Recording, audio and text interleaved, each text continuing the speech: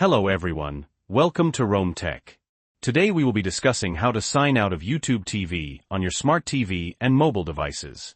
Have you ever needed to sign out of YouTube TV on a device you're no longer using, maybe a smart TV at a vacation rental or a friend's phone? It's a pretty simple process, but can be tricky if you don't know where to look. In this video, we'll guide you through the steps on various devices. Before we dive in, if you find this video helpful, please hit that like button and subscribe to Rome Tech for more tech tips and tutorials. Okay, let's get started. First, we'll cover signing out on a smart TV. Screen recording of YouTube TV on smart TV. Alright, so you're on your smart TV. 1. Navigate to your profile asterisk using your remote. Navigate to the top right corner of the screen. You'll see your profile picture or initials. Select it. 2. Select Sign Out, asterisk a menu will appear.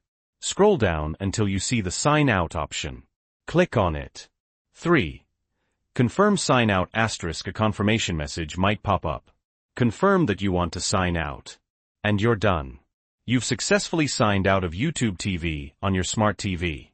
Now, let's move on to mobile devices, like your phone or tablet. The process is very similar. Screen recording of YouTube TV on mobile device. 1. Open the YouTube TV app asterisk launch the YouTube TV app on your phone or tablet. 2. Tap your profile picture asterisk look for your profile picture in the top right corner of the screen and tap on it. 3.